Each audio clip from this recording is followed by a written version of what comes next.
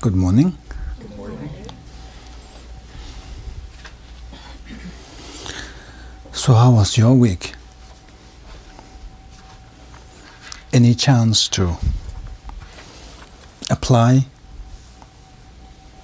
Last week we talked about ABCD model. Was that last week? And self-compassion. Did any opportunity arise? Well, I guess I'm kind of curious about your take on that practice because at the end you said, well, this really isn't part of the Tibetan tradition, and so I just kept wondering, that being the case, why you chose to teach that. Good question. Yeah, good question. Yeah. Yeah, it's a very good question. Yeah. And this self-compassion. So I think if you look at now, we have this secular version of various compassion training. And one is the CCT, Compassion Cultivation Training, developed by Geshe Tubden Jimba. And then we have CBCT, Cognitively Based Compassion Training. That is developed by Geshe Lobsang, Emory University. And then we have where I did my master's at Live University. They also developed something called CIT, Compassion Integrity Training.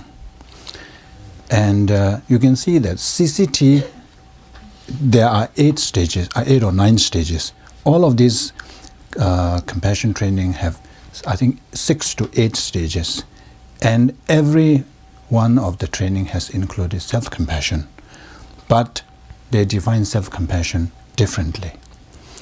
So in CCT, which is developed by Stanford University, self-compassion is, the version that Kristin Neff, her conception of self-compassion, which has the 3 components. You have self-kindness, you have the common humanity, and then mindfulness. These 3 things. So Geshe Tubden Jimba retained that.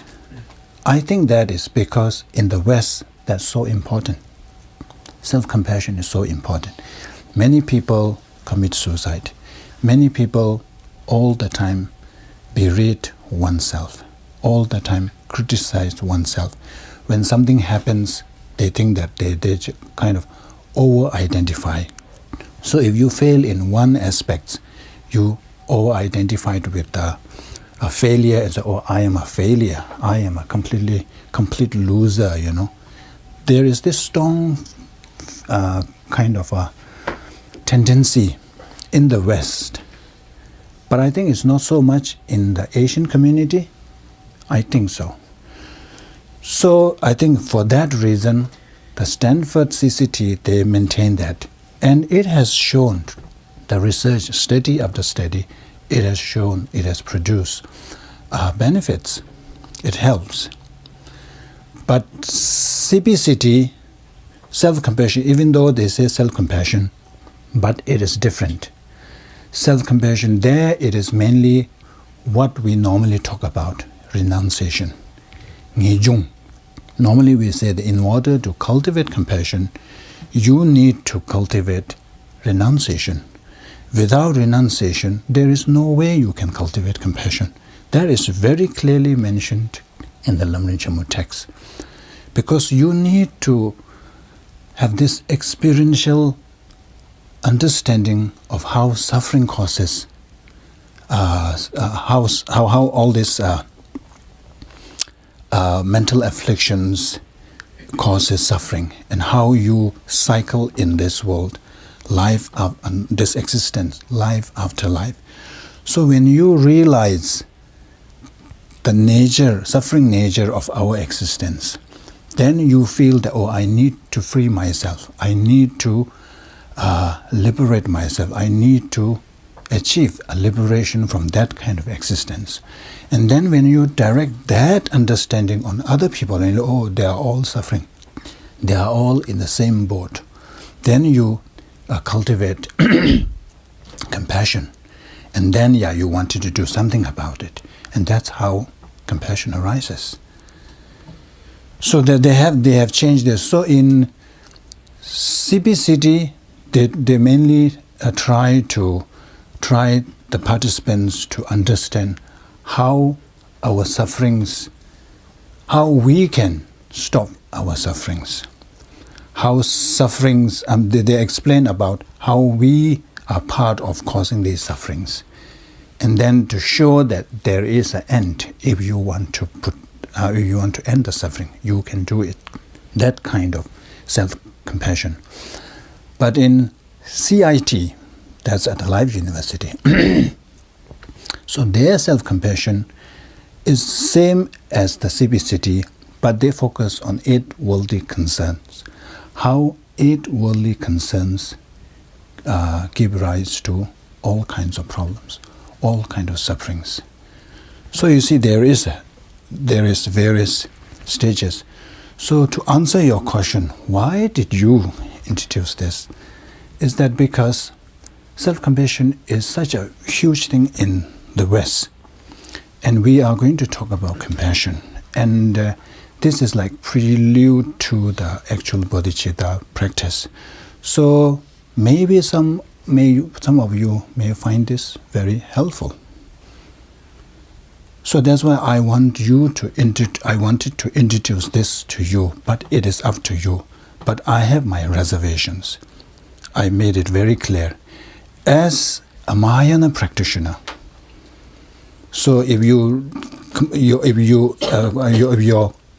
core practice becomes self-compassion practice, then there is some problem as a Mahayana practitioner.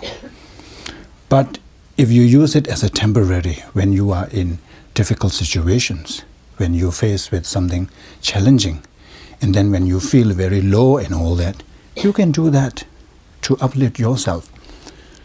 Especially I like the one of the component I like, the component that I like is the common humanity.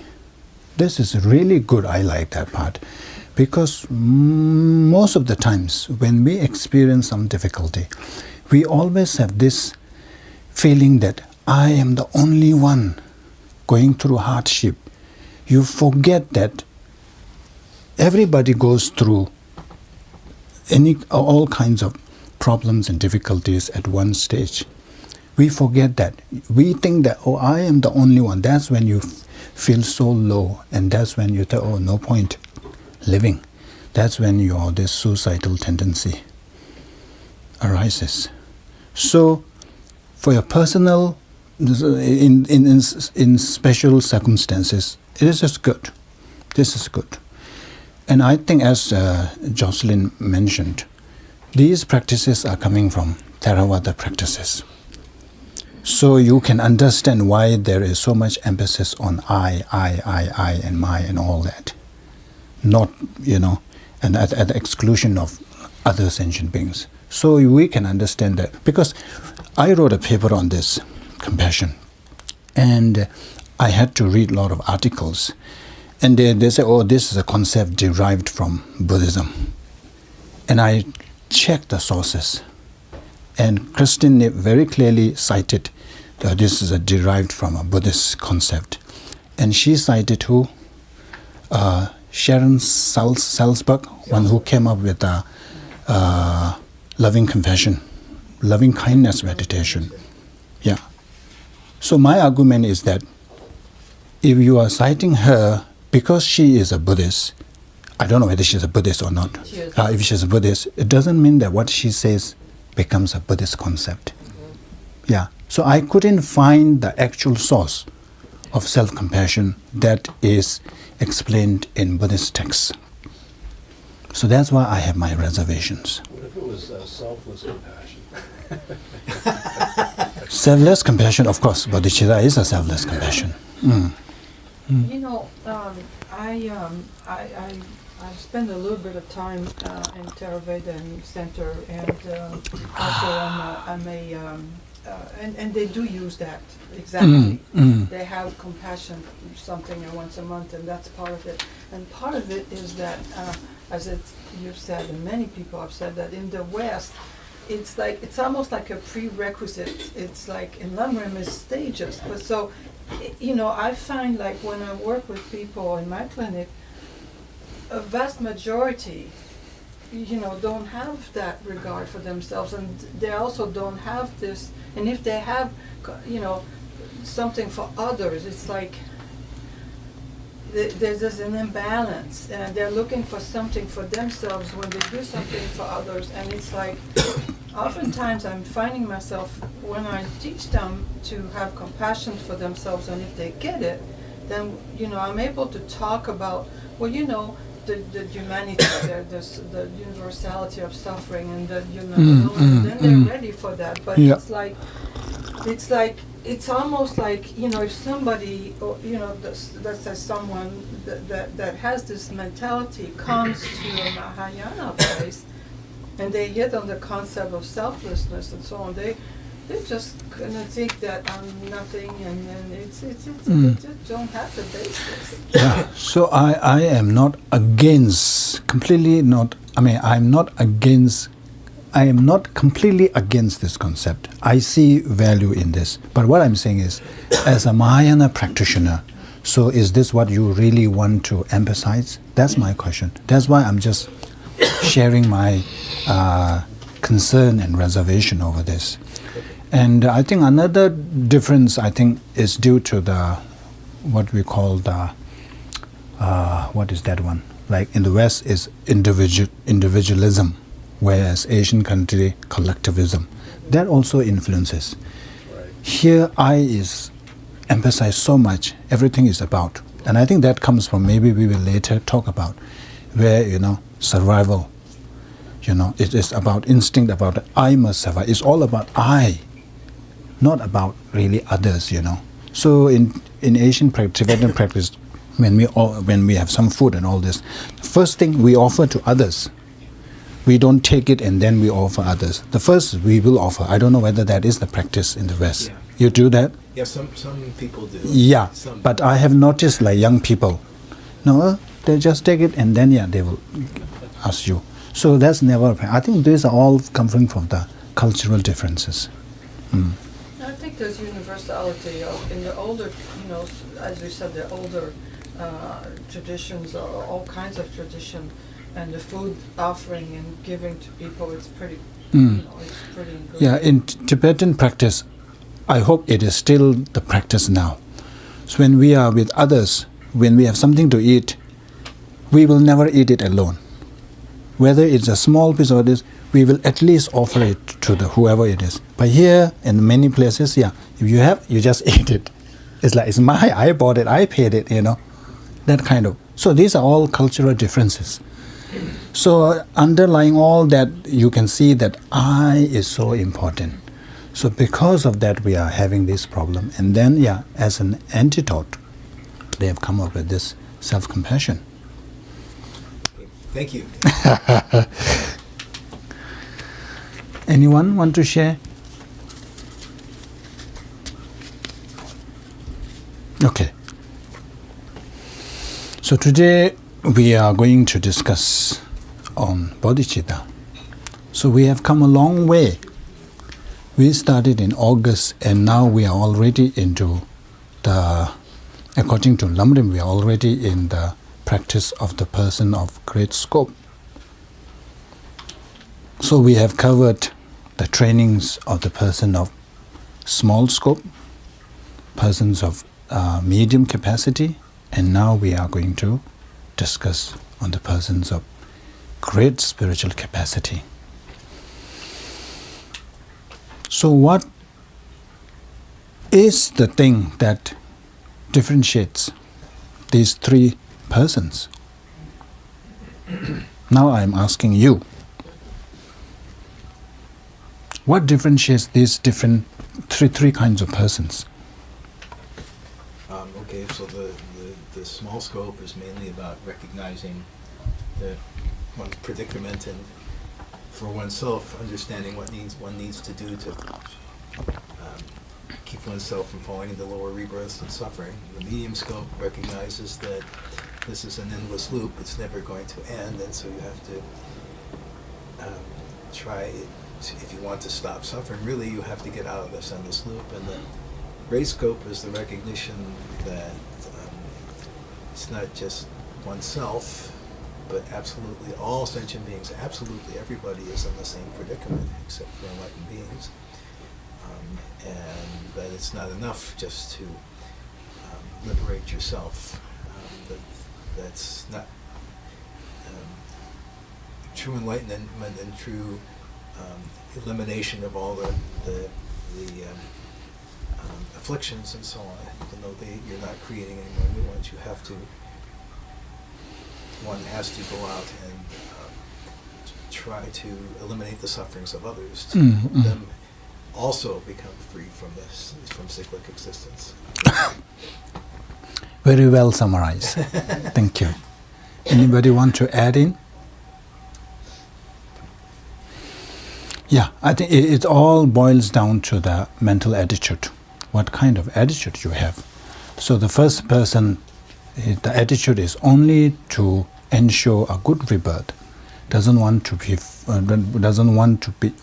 fall in the three lower realms. So practices is mainly to acquire or ascertain a good rebirth. That is the main goal. That is the attitude. Whereas the medium capacity, the persons of medium capacity, realizes that even if I ensure a good rebirth next life, but there's no guarantee that life after that I will be able to achieve another good rebirth. So there is this endless uncertainty. So in order to ensure that I need to get out of this whole thing, this cycle. So that's when they want to, their goal is to achieve liberation.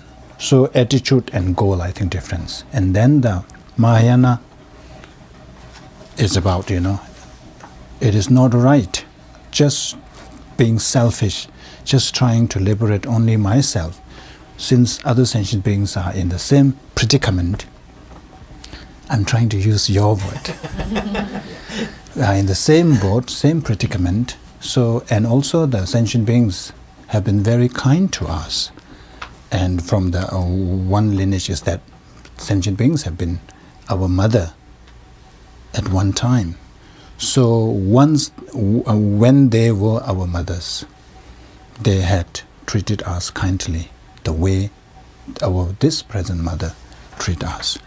So to just neglect that, just ignore that, and then try to get yourself out of the predicament and just ignore the others is not a right thing to do.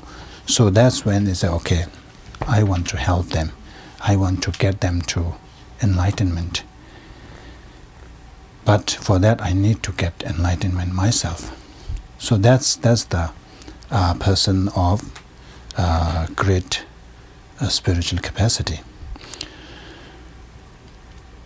So in Lamrim, it is explained. Do you have the screen? We're not seeing it here. Oh, it's not connected. Then you have to change the channel. Okay.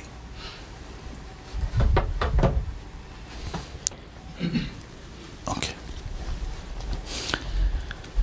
So in Lamrim, this chapter is explained in three main topics.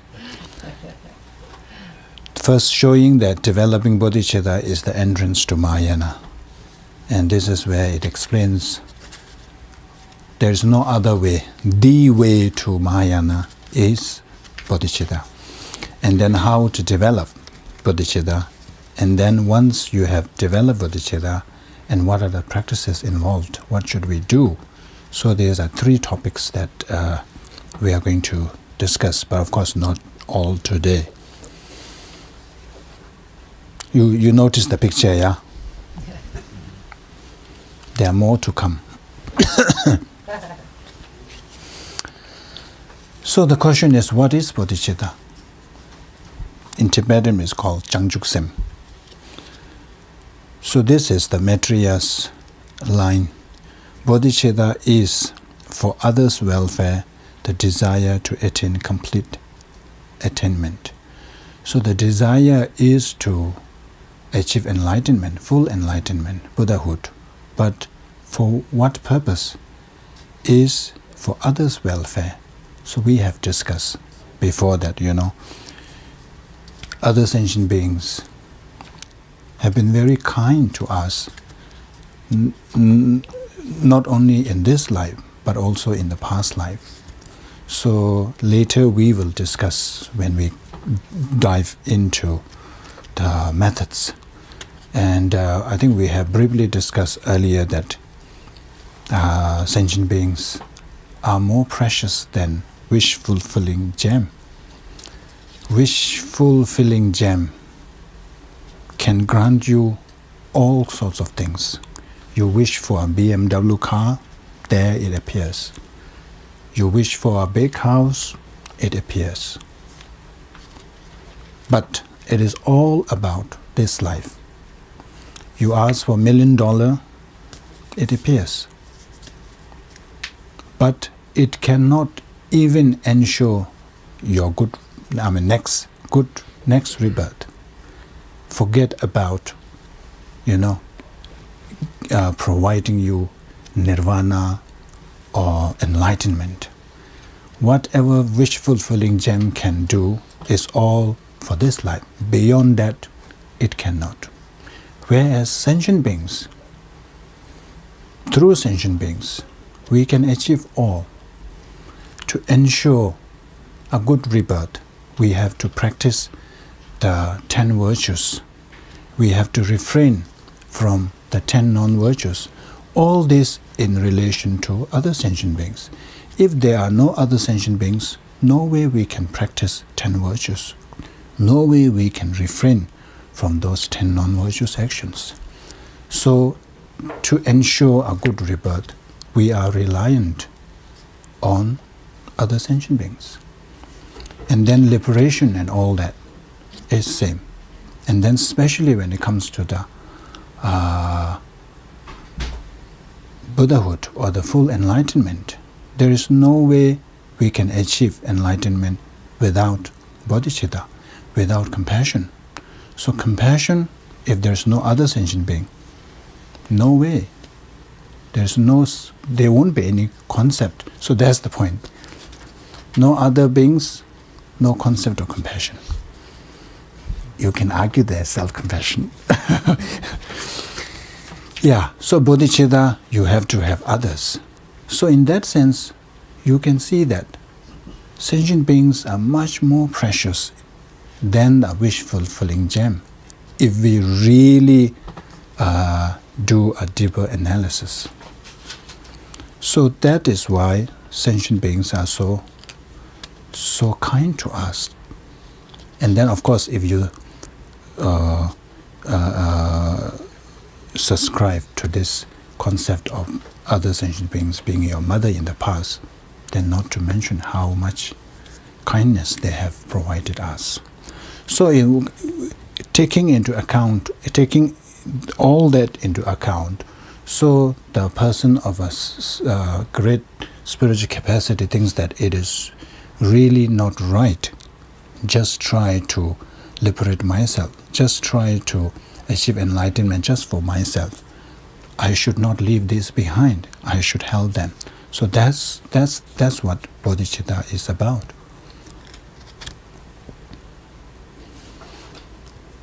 So now, the first one, the entrance to Mahayana. So bodhicitta is the only gateway, the only ticket to Mahayana. You may do years of retreat. You may achieve great accomplishments. You may achieve samadhi, the ability to remain or rest your mind on a one object single-pointedly for days and for months and for years. Great accomplishment. And then other attainments, clairvoyance, which everybody admire, where you are able to read other people's mind, where you are able to predict. Great. And then you have those, the tantric paths, in Drupa to talk about meditation on all this wind and channel and all that.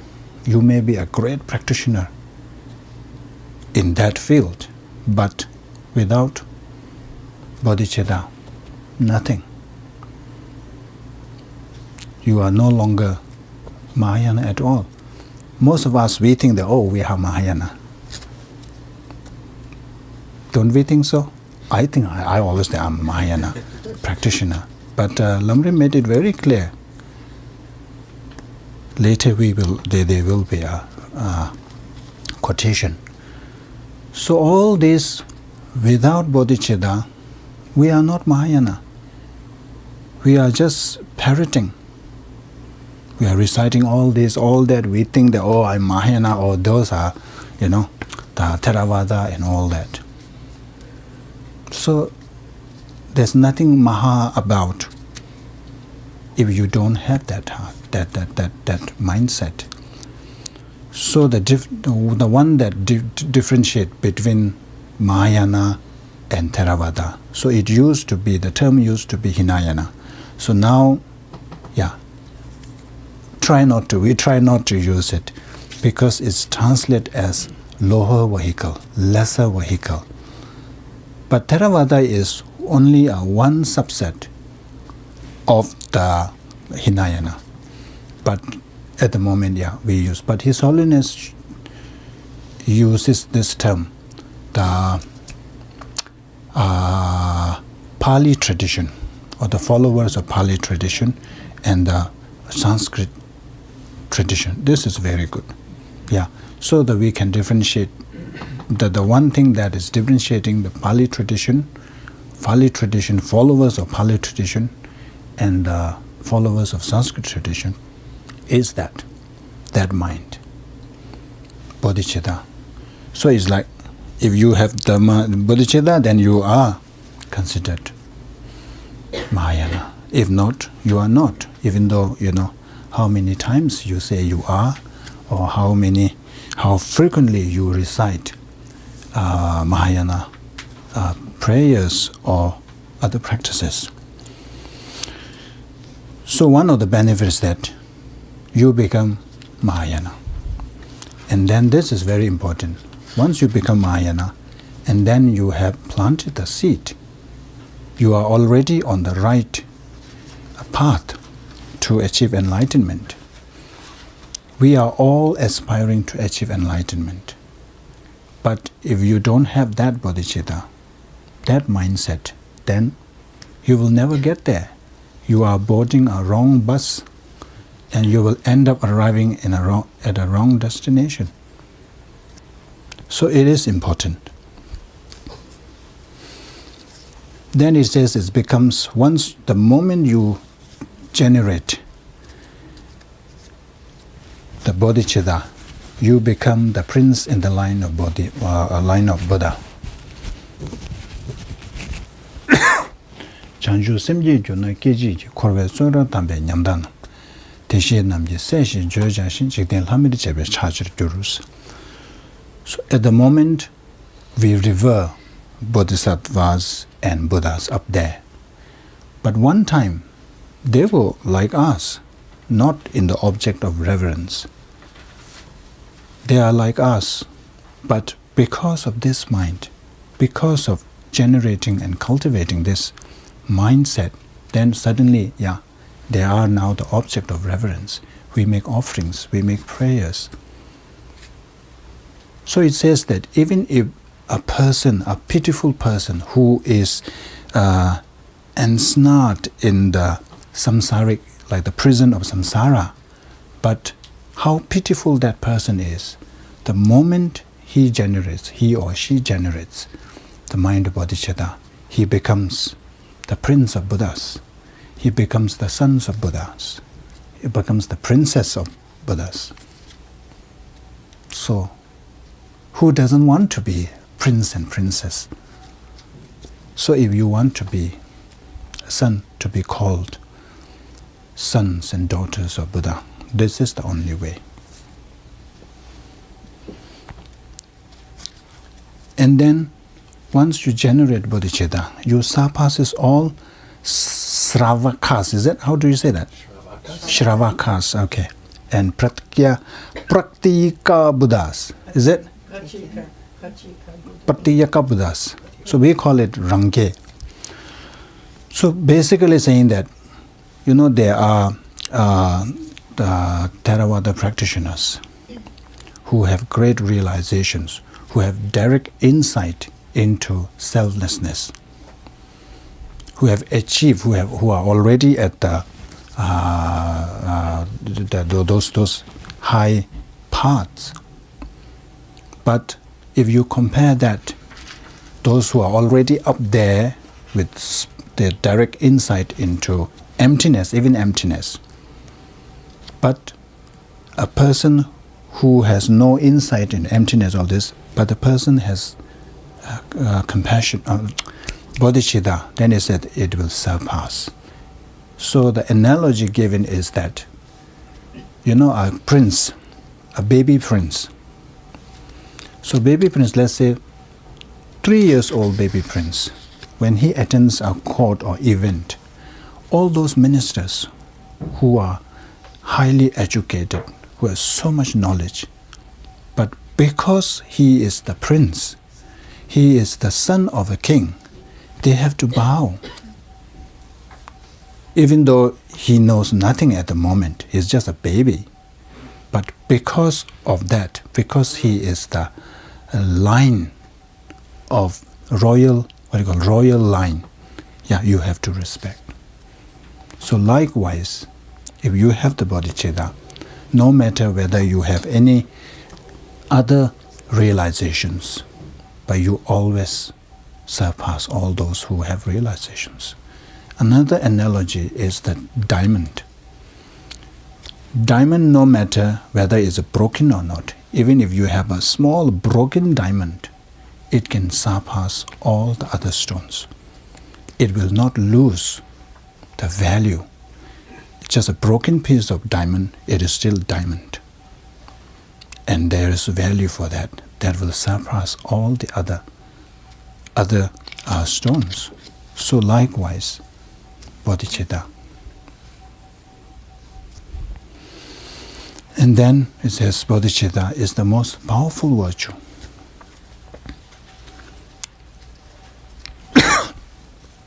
This is very important. It has a very practical, strong practical implication. So let's say if 3 different persons do the same practice, let's say 1 round of mala, but because of the motivation, let's say one person does the practice with the intention to achieve a good rebirth. Another person does the practice to achieve nirvana. And then another one does with the motivation of bodhicitta. Even though they are doing exactly the same thing, same amount, same number, but because of this attitude, because of this motivation, the merit is completely different. If the first person achieves, let's say, 100 merits, if we are convert into points, 100 merits, the other will be like 1,000. And then one doing with bodhicitta is like 1,000,000 times. So you can imagine, if you want to be clever, if you want to, look for some easy way to cultivate, this is the way. Do your every practice with the bodhicitta. But some people say that, I have bodhicitta. But understanding bodhicitta, what is bodhicitta, is not having bodhicitta, Bodhicitta is spontaneous. It has to, without effort, like compassion. First of all, in order to develop bodhicitta, you need to have compassion. Compassion is when you see a person, automatically you have this, first of all, recognition of the other's suffering, and then, automatically wanting to alleviate or reduce that suffering, to do something about suffering. So we don't have that. We have this only for our own people. if you have somebody who is very dear, close to you, and then the person is in suffering or pain, of course there is this compassion. But whereas if you see somebody, especially your enemies, those who you have some disagreements, instead of feeling compassion, you will rejoice. Oh, that's good. He is suffering now, isn't it? So that's why what I'm saying is, compassion or bodhicitta is not just about intellectual understanding. You have to develop that. You have to have this spontaneity when you see anybody. So that is bodhicitta. So why I'm saying that, sometimes you think that, oh, I have bodhicitta, so whatever I do, it's a bodhisattva act. That's not. And then in I think in Junjuk, it says the bodhicitta is like the other virtue are like the, I think it was translated as reed, R-H-E-E-D. Is something grassy that grows wheat. Reed, is it? Reed. So it is like reed. It just produces one time whatever result. After that, no more. Whereas bodhicitta is like fruit-bearing tree. Every year it will produce, it continue bearing fruits.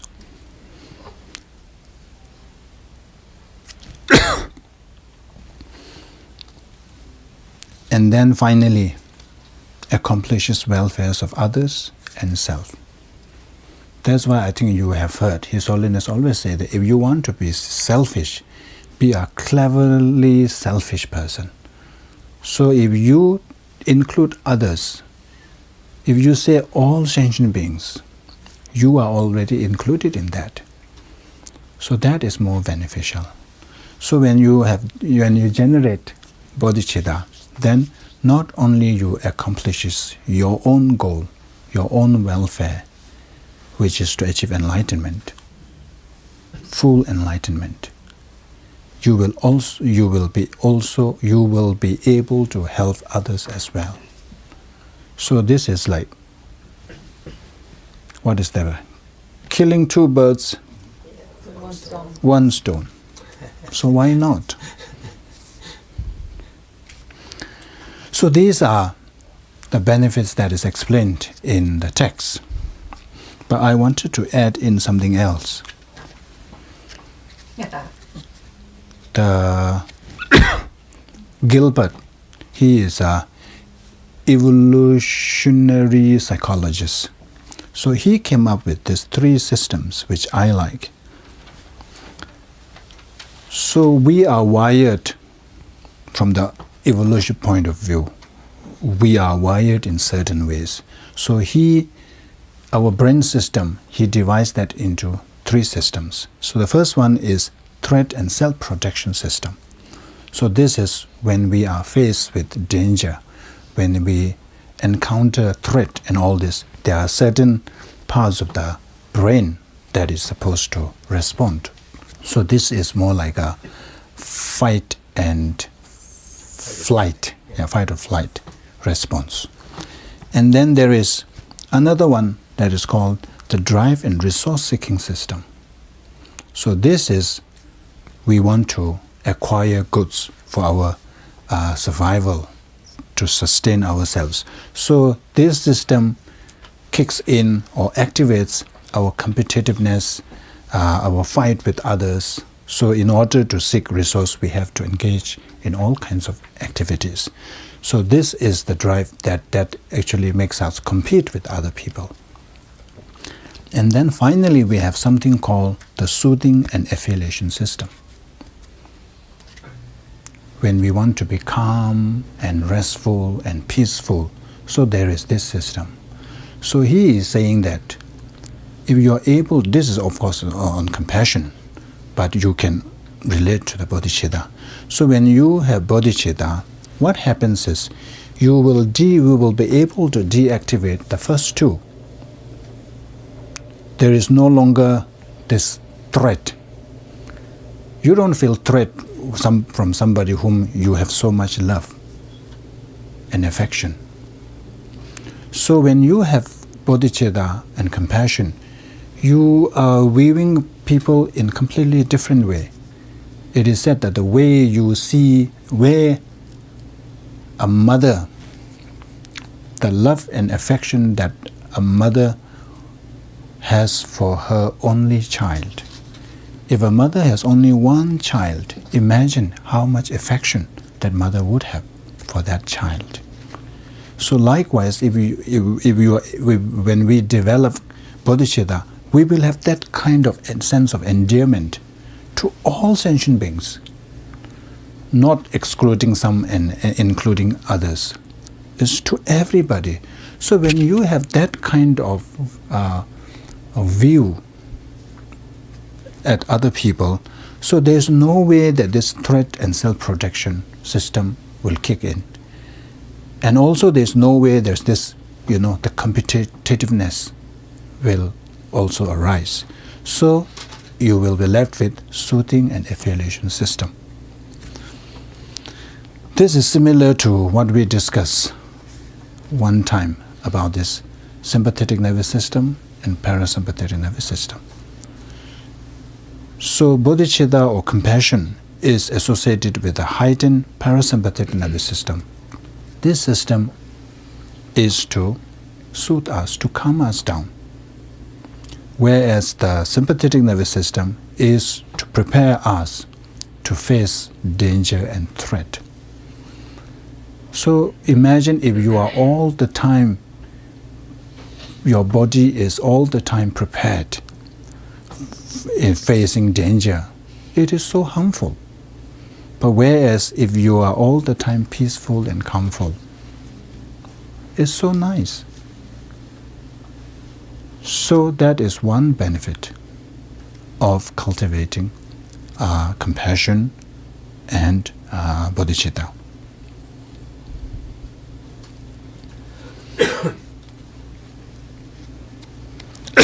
This is more of a reason. Enables the person to perceive others as source of social support instead of a threat. So when you have compassion, when you have bodhicitta, so you will actually see other person as source of social support instead of threat. So compassion and all this enhances our connection with other people. And we are social beings. Without socialization, it is very, very difficult. Once they did this, what do you call the primatologists, is it? Those who study primatologists, yeah. So they experimented on these rhesus monkeys. So one time they had to renovate their place. They wanted to give them a better environment. So they wanted to plant new trees and all that. So it is in a zoo. And during that time, they were all locked up in one place. So they didn't get to socialize. They don't get to meet with each other. So individually they were locked in a place so that they can renovate the place. And when the renovation finished, and they were expecting that when they see the tree and all this, they will jump up and they will be so happy to see that. But to their utter shock, instead of going and investigating and jumping on the tree and climbing, when they let them out, everybody, they meet each other and they were just socializing. So this shows that, you see, we miss that so much. That's why loneliness is a big issue. People commit suicide because they feel so lonely. Even if we are surrounded by people, you live amongst 100 people, but you can still feel lonely. But if you have bodhicitta or compassion, it's different. You see everybody as your friend and your relative, whatever it is. So the way when we go to visit our friends, we are so comfortable. So if you have this, you have this, with the compassion or bodhicitta, you have this different view. And then everybody you see as friend. So you're so comforted. So there is very easy communication, easy connection. And we also view the video to show that at the top is the relationship is the key to happiness. Remember, we watched a long study. So relationship, if you have compassion and all this, instead of, I. Why we have conflicts is all because I have to be the right one. It's all about I. Or he said something to me. He did this to me. But when you are able to generate bodhicitta, there is no such thing. It's all about self-cherishing. So it will be completely different.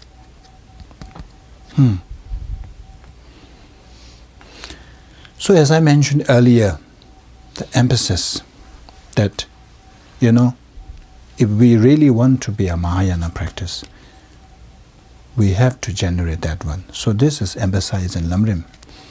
Therefore, it is not sufficient that the teaching be a Mahayana teaching. It is crucial that the person be a Mahayana practitioner. Furthermore, functioning as a Mahayana practitioner depends solely on realizing the spirit of enlightenment. So it's compassion, this bodhicitta.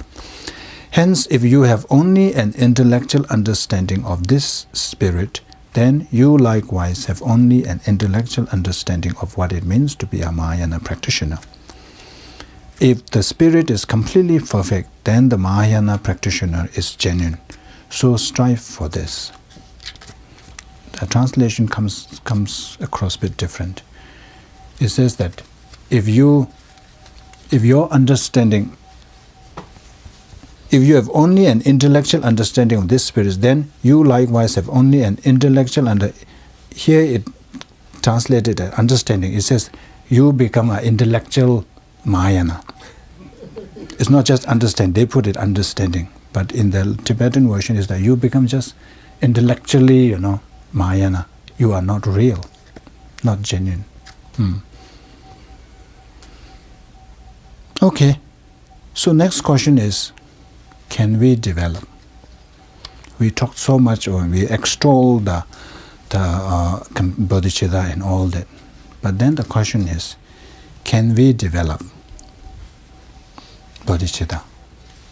So that has to do with our fundamental nature. So we will stop here for our tea, and then we will try to discuss on this. Chuck, did you say you are a philosophy professor? I have a PhD, but I'm not a philosophy professor. Oh. You automatically get the philosophy with the degree.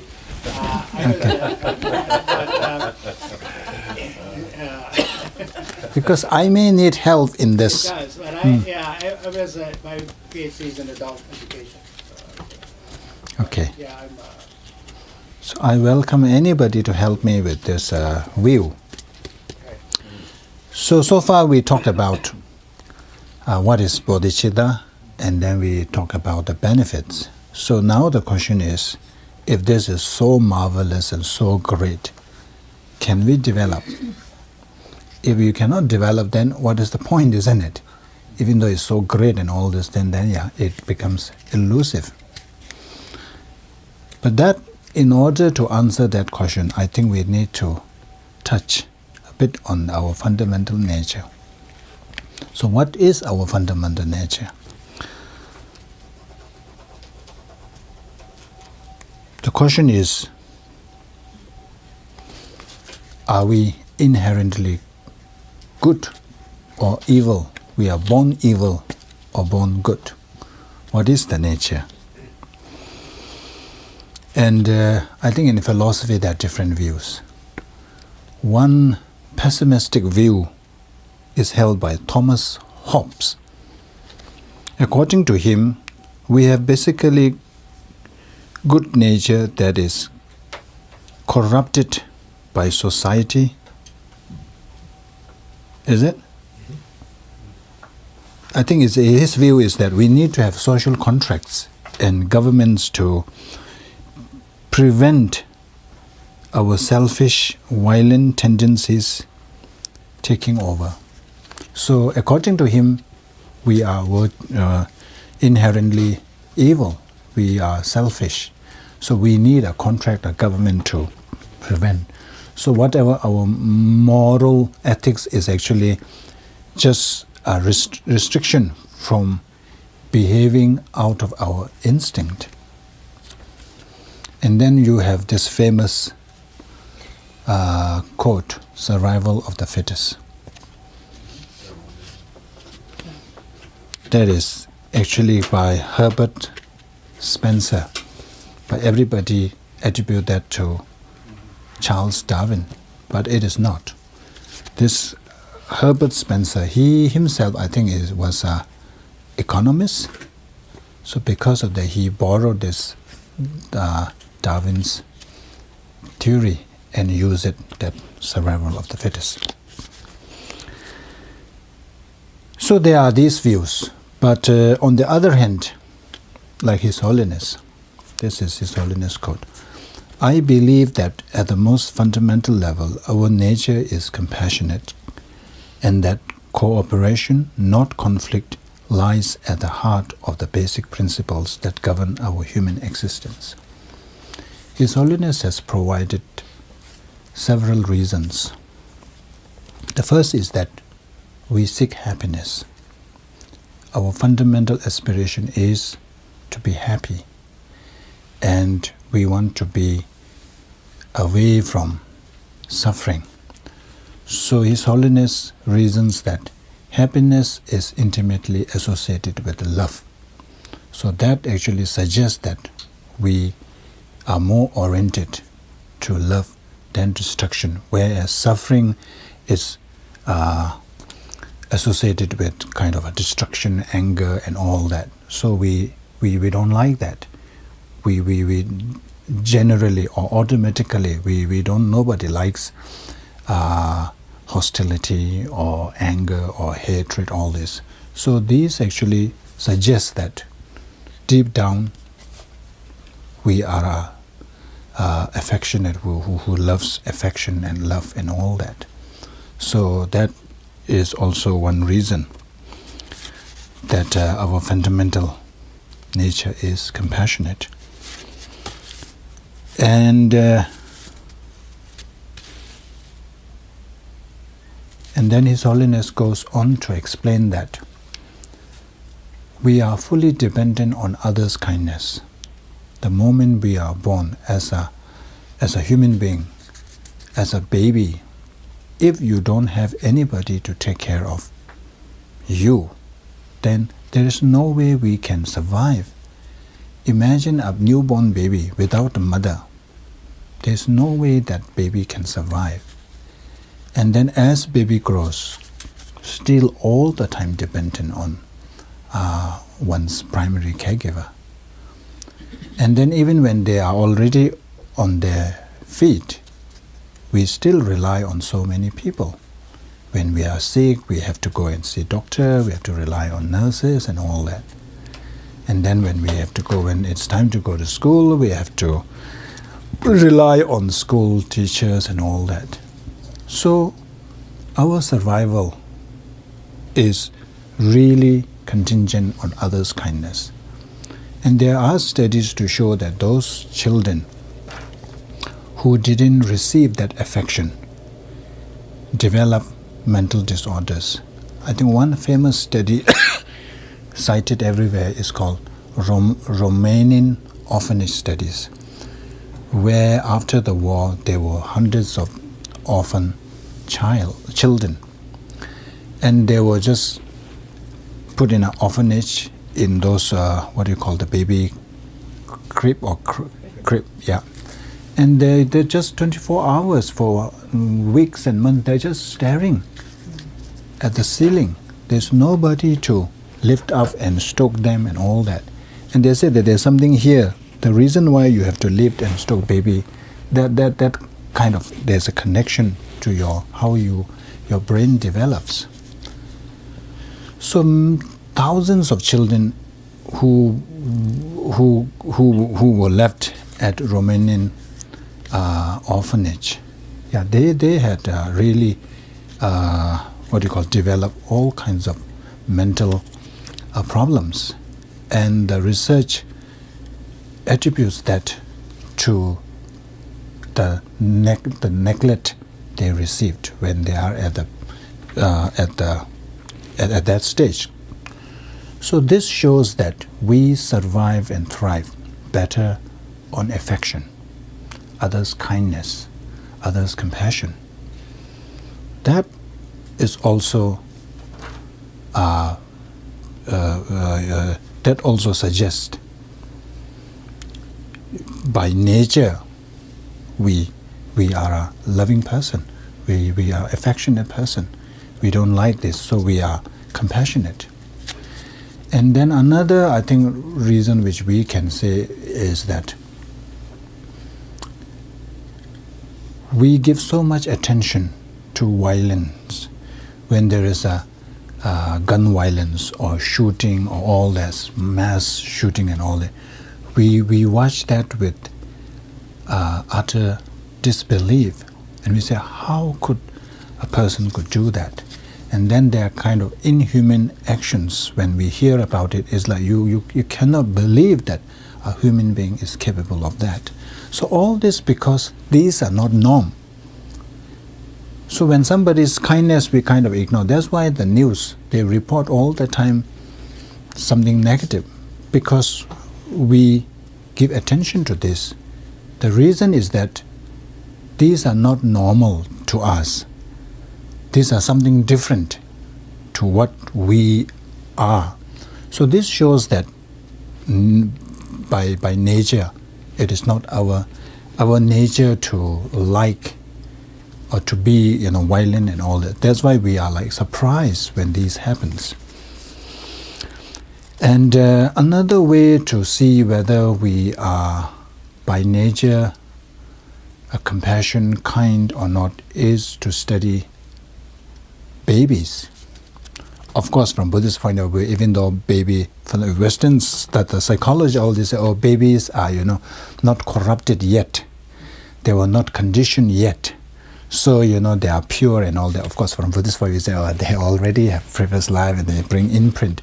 But I think that's what psychologists, the scientists rely on, to see what is the baby's nature, whether they are generally kind and helpful. So let's watch a study.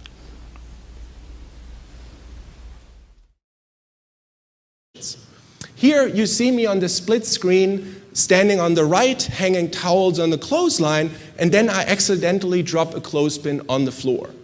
And while I'm doing that, an 18-month-old toddler is watching. Oh.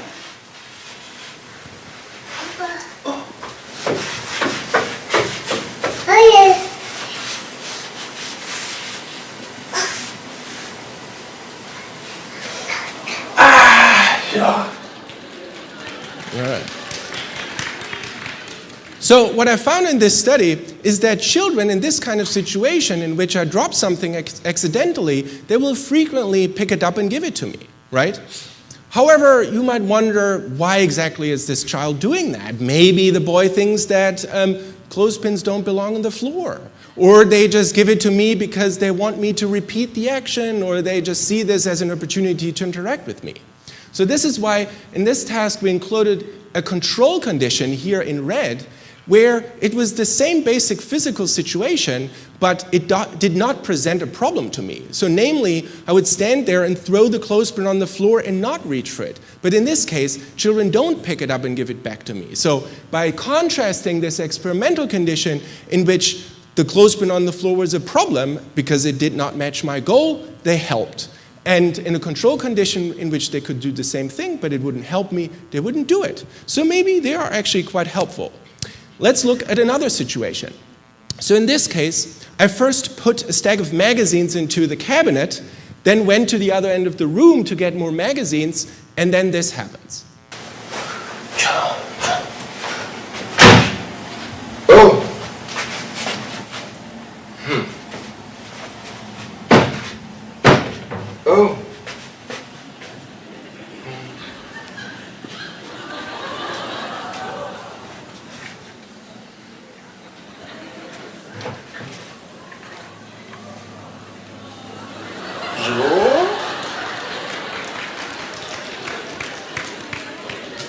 All right, again, we found that in a situation like this one, children would frequently open a door so that I could put my magazines inside.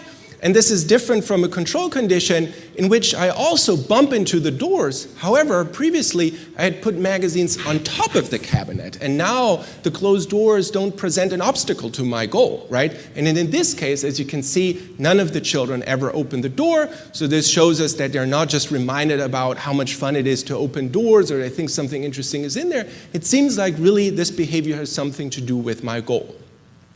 So when you see these kinds of situations, it's kind of impressive and certainly funny, but you might wonder, can they infer a goal they have never seen be achieved? Because in these situations, they have seen me before achieving my goal, so maybe they're just reminded of this. But then we created a situation in which the children actually had never seen me complete my goal. I was so clumsy that I always failed.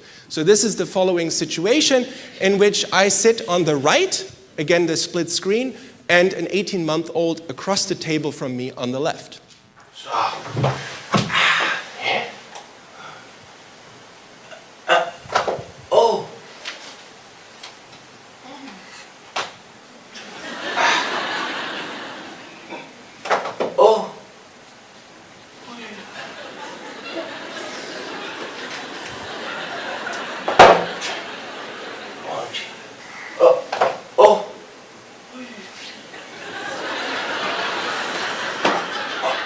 All right.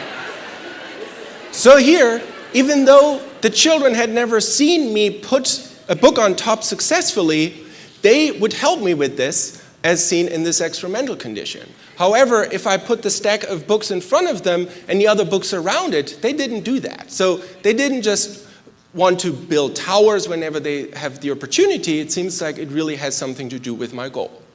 So the next question you might ask is, are they able to help in a situation that they have never experienced before? So in these kinds of situations, you could imagine that they've seen this before at home, they have been in that situation themselves, and maybe their parents have told them what to do. So what we did to explore this possibility is we created a situation that they could not have potentially experienced before by introducing a box that has a flap on the side and a hole on top. And another experimenter previously showed them this novel box that they have never seen before, and they successfully opened the flap. And then later, I come into the room with my coffee cup and a spoon, and then this happens.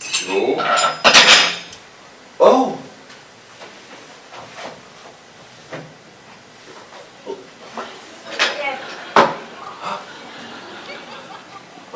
Super, kann ich wieder umputzen. All right. So what we found, again, in this situation that you saw here, children would help by retrieving the spoon from me and giving it to me, but they would not do that in a control condition in which I throw the spoon into the hole on purpose and don't reach for it. So again, it seems like their act has something to do with my intended goal and not just the objects in front of them. So after finding that the children are quite clever in their helping, you might ask whether they maybe have nothing better to do in these kinds of situations than to help me, right? So how boring to just hang out with mom or something. So maybe this is the reason. So to investigate whether children are willing to help when it's a bit more costly, we created this situation where, just like in the clothespin task, an experimenter is writing something and then drops a pen on the ground and is reaching for it. But this time, this 2-year-old is having fun in the ball pool. Liebe Mama, guck, das wird Brief. Huch. Na sowas. Na sowas.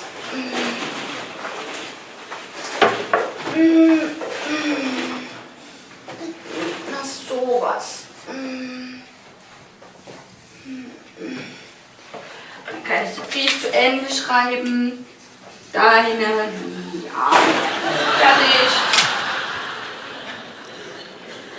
So what we found in this study and several others is that children are actually willing to put some effort into helping. And as the word toddler already says, they are not quite as good at walking. So when we put up a whole parkour in front of them where they have to surmount obstacles, they continue to help. And when they have to pay opportunity costs by disengaging from a fun activity, they're also willing to do that. So it indicates that children really are willing to put some effort into helping. What you might have noticed in these situations is that there's always a very salient cue, a behavioral and often a facial cue that there's a problem, someone reaching for something, someone bumping into the doors. But when we think about adults, it is the case that we also help often without any of these overt cues. So this might be a situation where someone is walking along the street and drops their wallet, right? We might run after the person and give the wallet back. Or if there's a job opportunity, you might remind a colleague or friend about that. So we often proactively help others. So the question now was, will children help when these overt behavioral concurrent cues are absent? The way we tested this is displayed here. So this is a bird's eye view of our experimental setup where an experimenter is putting cans away into a basket. But importantly, she's doing that turned away from the child who is having fun playing a game on the left. Okay? And so what happens is that she usually is able to put her cans into the basket, so this is all fine. But then, without her noticing, suddenly a can rolls off the table.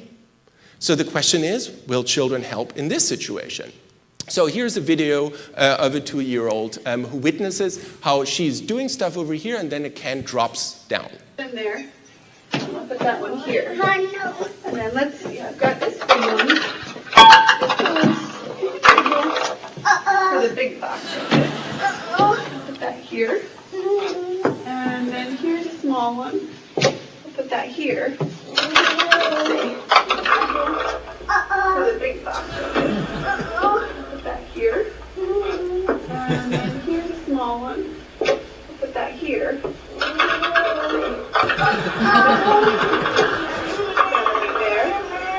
And then here's another, let's see, these are the same size. Let's put that here.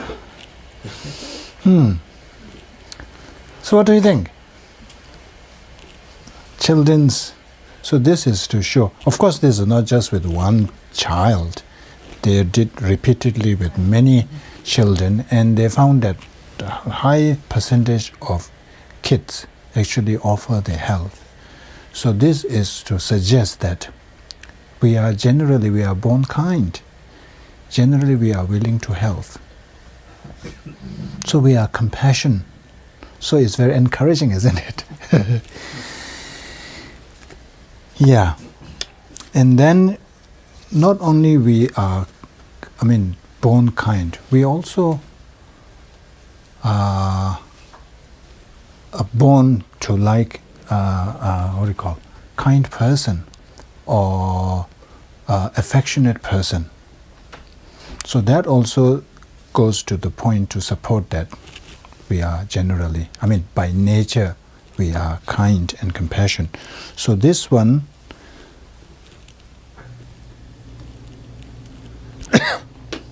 we have another, so today we are watching quite a bit of, so here the question is, where is the question? So this is about moral development.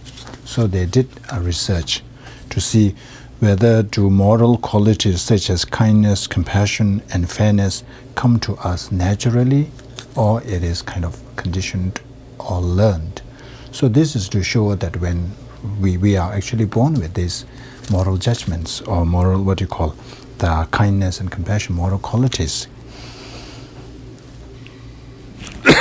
And before this, they explained that they have studies to show that infants are moved by the sufferings of others.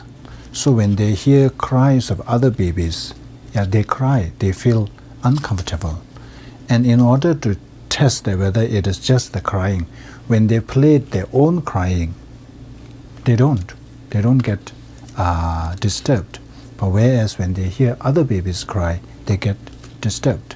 So this, to suggest that infants are moved by other people's suffering, other children's suffering. So now to answer the second question. If you recall, Richie played a little video and talked about how the study by Kylie Hammond and her mentors looked at how when 3 to 5-year-olds watch a little puppet show, there's a puppet that's trying to get some candy or some toy out of a box, and another puppet comes and helps or harms. So I'll just play 1 minute so we can see that video. At the ripe old age of 5 months, know the difference between right and wrong. Wesley watches as the puppet in the center struggles to open up a box with a toy inside. The puppy in the yellow shirt comes over and lends a hand. Then the scene repeats itself, but this time the puppy in the blue shirt comes and slams the box shut. Nice behavior? Mean behavior. At least to our eyes. But is that how a 5-month-old sees it? And does he have a preference? Wesley, do you remember these guys from the show? To find out, a researcher who doesn't know which puppet was nice and which was mean offers Wesley a choice. Who do you like? He can't answer, but he can reach. And so... 제일 로봇인들. 가지나. His Holiness is wondering if it's not a coincidence. So it must have been repeated several times. Yes, so many babies in the experiment, and overall what they find, I can't remember the exact number, but that 87% of all the babies they test reach for the one who's helping versus the one who's harming. What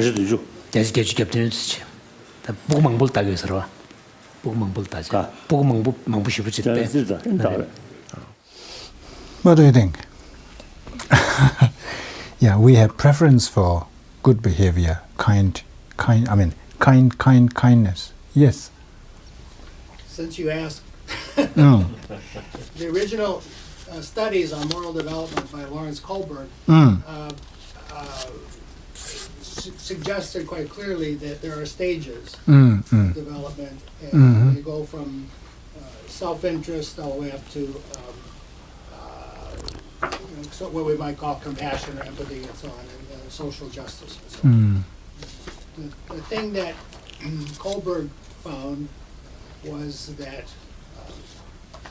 the subjects that he had were amenable to learning the stages, to be taught, exposed to different factors, so that it was possible, he felt, that people could, in fact, develop a very high level of moral development, that they had that ability, but that they would get stuck at lower stages. That something would happen to them in their environment or whatever, that would freeze them in that stage, and would not be amenable to teaching, to developing that. They would have to have some experience happen to them that motivated them to realize that they had, there was another way to see it. But the possibility seemed quite clear to Kohlberg that these stages were not innate, but that people had the ability to develop. I have to say, in hindsight, his studies came at a time when the primary criticism that came was that he only used male students, male subjects. And so it did get quite a lot of attention for that and criticism for that they didn't really, which really kind of, sort of halted the development of that thing, but it's nice to see that people are still. Thank you. Yeah. And then I think another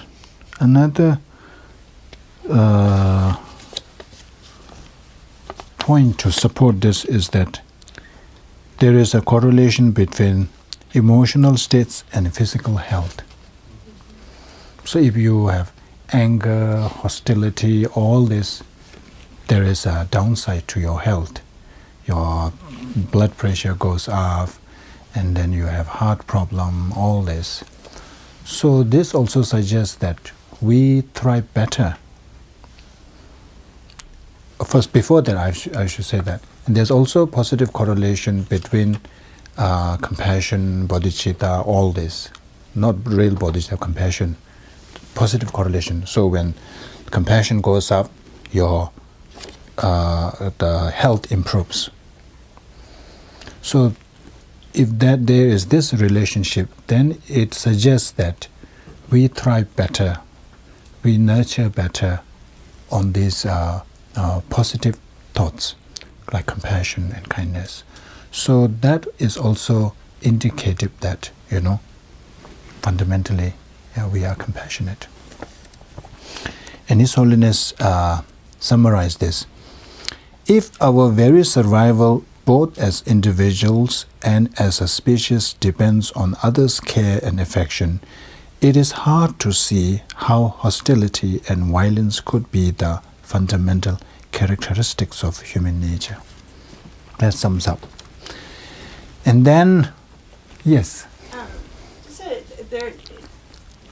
There's not so much black and white in the research anymore with innate, like nature, nurture. And one thing that I found is that there is a middle ground, and I like to relate it to the teachings too, where it's where maybe we have this innate nature within us underlying, but without the connections, the interconnection, the support, it can't grow. And so, like saying any of this research is, yes, absolutely, that, we're born with it.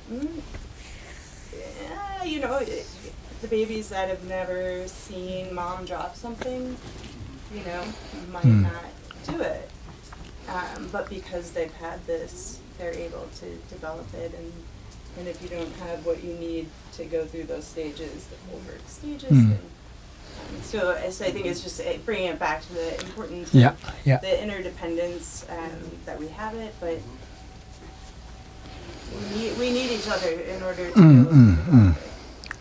And you need a foundation that's supportive, because if you have a baby... I think the foundation is within us, but it's that we need... But if the environment is, if child is starving, maybe it's a difficult time. When I worked with kids with special needs, a lot of them would come from very disruptive environments, and I know that the best way for me to have them socialize successfully in school at an early age was, one, to provide them with breakfasts and social contacts initially when they came in, and a lot of attention, and I could see their day become much more successful and that they could integrate with other children. Without that, they had more of a tendency, some of my kids, to do violence as far as hitting or anger or disruptive behaviors.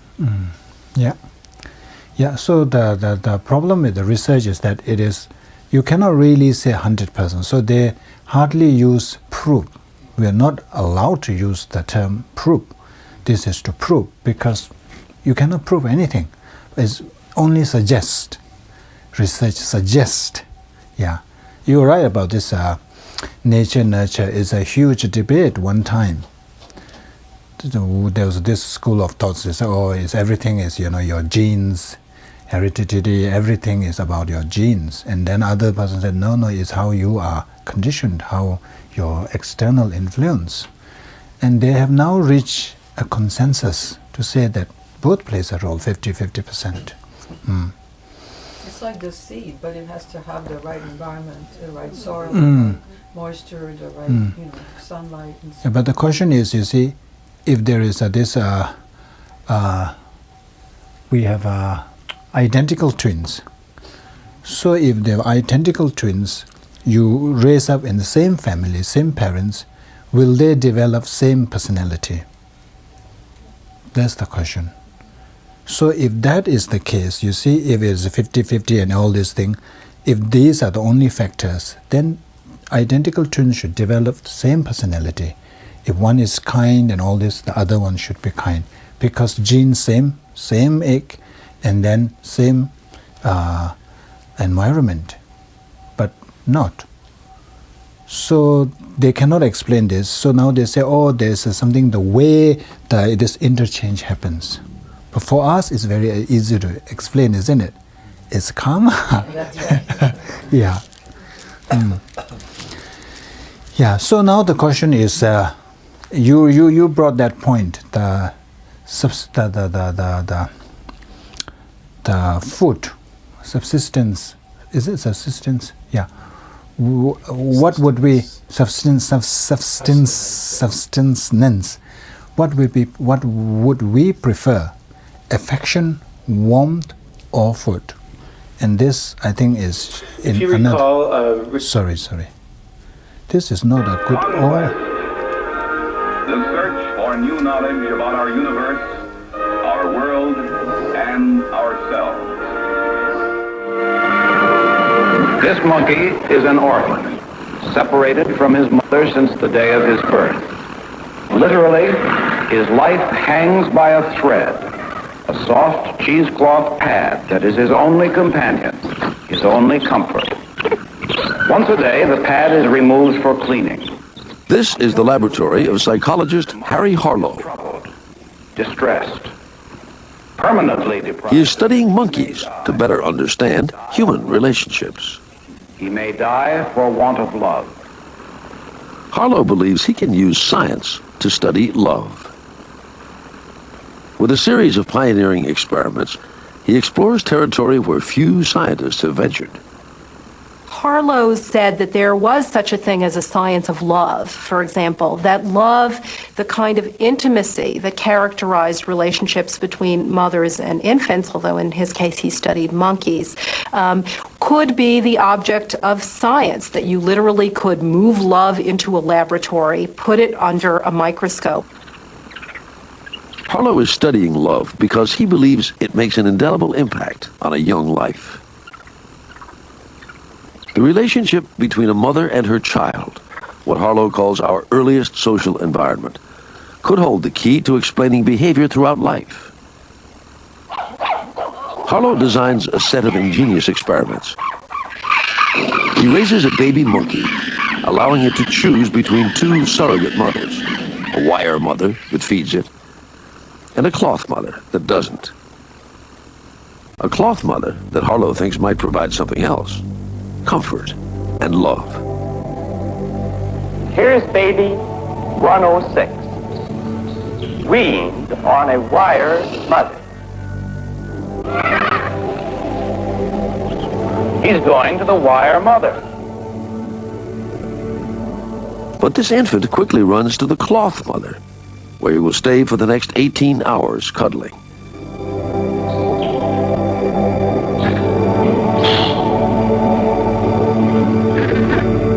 In Harlow's mind, choosing nurturing over sustenance.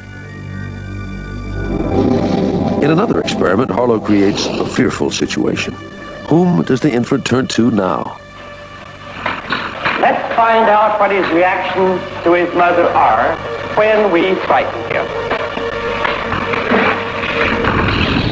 He's scared, all right. And he does what any child will do in a similar situation. He was running to his mother, to touch her, to drive away his fear.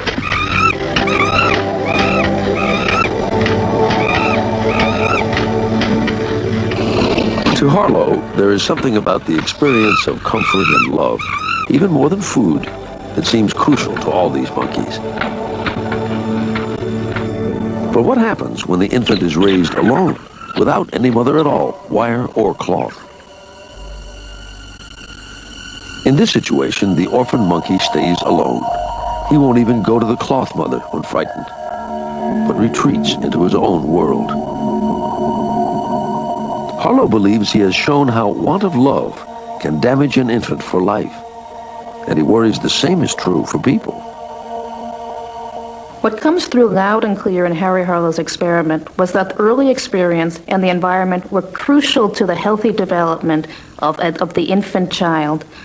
And that in a sense, if you messed up, if the right kind of maternal presence was not there during the critical years, then that infant might grow up to be an adult incapable of forming healthy relationships with other kinds of people.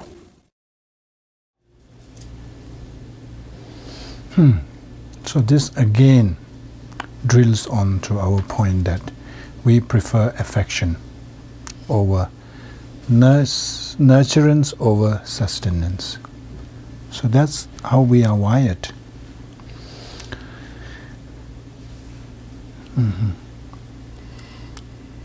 So this is a quote from Charles Darwin. Many people associate Darwin as, who is against compassion and all that. But he says that for those communities which included the greatest number of the most sympathetic members would flourish best and rear the greatest number of offsprings. For your survival, you're saying that compassion is the best.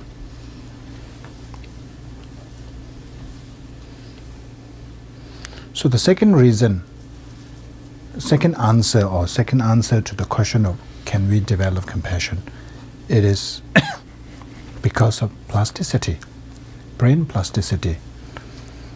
Many years ago, there's this belief that once you reach certain age, let's say 20 years, then your brain development is static.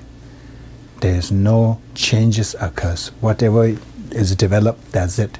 There will be no change at all.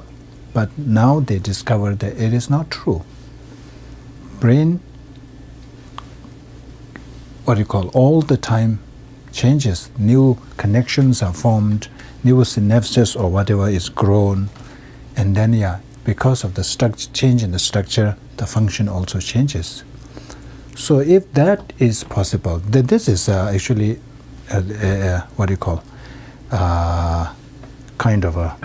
everybody accepts this, the brain plasticity. So if that is possible, then we can develop, we can change our structure. At the moment, our brain is only oriented to selfish things, only about me and I and my, all this. But through practice, we can orient our structure, our brain structure, towards other cherishing, thinking about others and all that. So this is another way to answer that it is possible. And now the question is, how to develop bodhicitta? That we will discuss next week. Okay, thank you.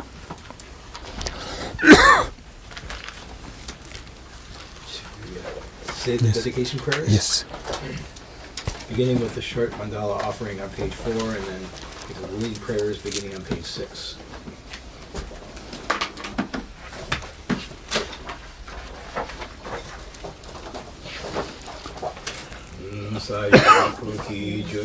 Merdo Dharma Reda Lenje Nyende Gemba